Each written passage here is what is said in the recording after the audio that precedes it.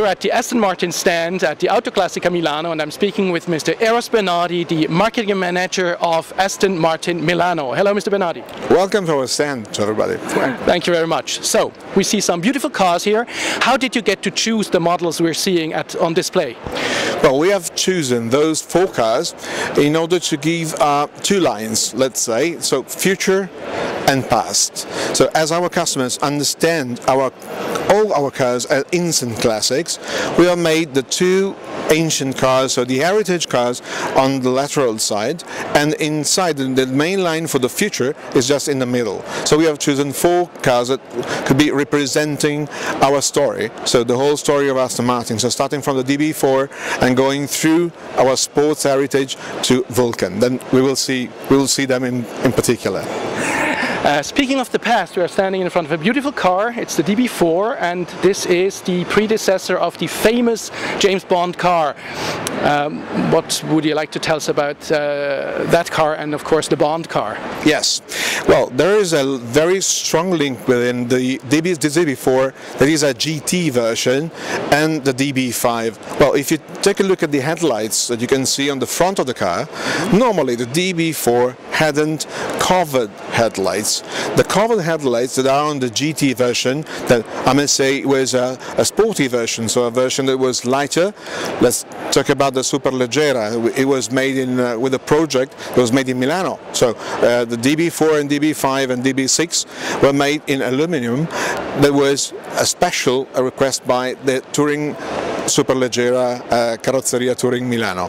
So this car is the first one, if you take a look at the front, that has this special, I mean aesthetically speaking, that is covered by a glass cover. So it's the first one. The normal DB4 hadn't these. The GT version, that is very rare, was a car that was meant to be understood for racing. So it was lighter. In fact, the panels are just a little bit more smaller and less thick than, of course, the standard car. So it's lighter, and it had a very increase of power, and bumpers are missing because bumpers are useless when you go racing. That is very true. Yeah. Now, from the past, Aston Martin moved into the future, and the future is right behind me with the Vulcan. Yeah. What about that? Yes, the Vulcan is a stunning car because it's absolutely made in exclusive pieces, 24 to tell the truth, so 24 in all the world, and the car is totally made for racing, and this represents the future of our brand. So as DB4 is the basic, this is the future, the immediate future that we will have. The car is a 7-liter car with much more than 800 horsepower. Let's say it's a very racing car. So yes, it is fantastic. I do love this car, I must say. Let me introduce the car and get inside of it virtually, because it's the car, the carbon fiber just talks to you when you look at it. So come inside the car and have a look with it. We'll gladly do that. Let's just stay here for another moment. What's coming after the Vulcan? Are there any plans? Where can you go from that point?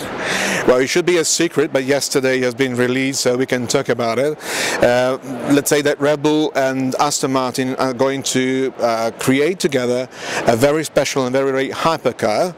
I can't say anything else, so I will be strict on some details, but Marek Reichman, our chief designer, our chief creative director, is creating, in cooperation with the people in Red Bull, the new hypercar from Aston Martin. So expect something amazing really coming very soon.